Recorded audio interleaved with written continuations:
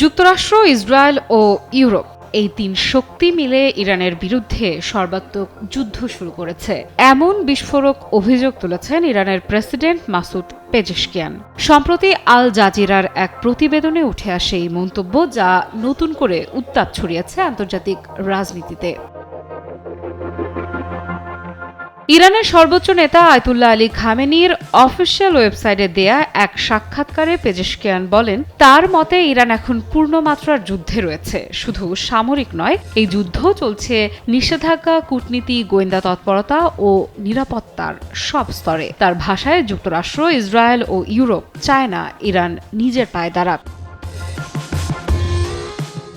এই মন্তব্য এসেছে এমন এক সময় যখন ইসরায়েলের প্রধানমন্ত্রী বেনিয়ামিন নেতানিয়াহু শিগগিরই মার্কিন প্রেসিডেন্ট ডোনাল্ড ট্রাম্পের সঙ্গে সাক্ষাৎ করতে ওয়াশিংটন সফরের প্রস্তুতি নিচ্ছেন। এর মধ্যেই তেহরানের এই কড়া বক্তব্য নতুন করে প্রশ্ন তুলছে, পর্দার আড়ালে কি বড় কোনো সংঘাতের প্রস্তুতি চলছে?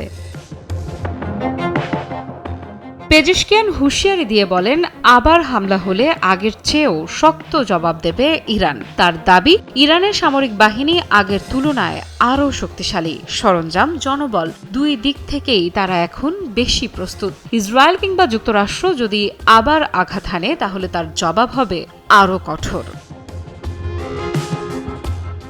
আরও ভয়াবহ একটি তুলনা টানেন ইরানের প্রেসিডেন্ট। তিনি বলেন, এই সংঘাত ৮০-এর দশকের রক্তক্ষয়ী ইরান ইরাক যুদ্ধের চেয়েও ভয়াবহ রূপ নিতে পারে, কারণ এবার লড়াইটা শুধু যুদ্ধক্ষেত্রে সীমাবদ্ধ নয়, এটা একসঙ্গে অর্থনীতি, রাজনীতি ও নিরাপত্তার যুদ্ধ। এই বক্তব্যের সঙ্গে সুর মিলিয়েছেন ইরানের সর্বোচ্চ ধর্মীয় নেতা আয়াতুল্লাহ আলী খামেনি। তিনি দেশটির যুব সমাজকে প্রতিরোধের মূল শক্তি হিসেবে তুলে ধরেছেন। খামেনির দাবি, মার্কিন ও ইসরায়েলি চাপের মুখে ইরান টিকে আছে মূলত তরুণদের সাহস, আত্মত্যাগ এবং আদর্শিক দৃঢ়তার কারণে। খামেনি স্পষ্ট করে বলেন, এই লড়াই শুধু পারমাণবিক কর্মসূচি নিয়ে নয়। তার মতে এটা বৈশ্বিক আধিপত্যের বিরুদ্ধে অবস্থানের লড়াই, যেখানে ইরান নিজের স্বাধীন সিদ্ধান্ত নেওয়ার অধিকার রক্ষা করতে চায়। বাছাইকৃত কাঁচামাল ও স্বয়ংক্রিয় ইউরোপিয়ান মেশিনে তৈরি হয় all time honeycomb, all time healthy life.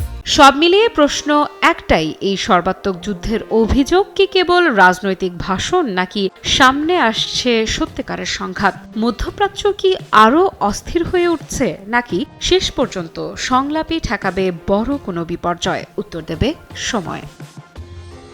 Afrida Ifra, news 24।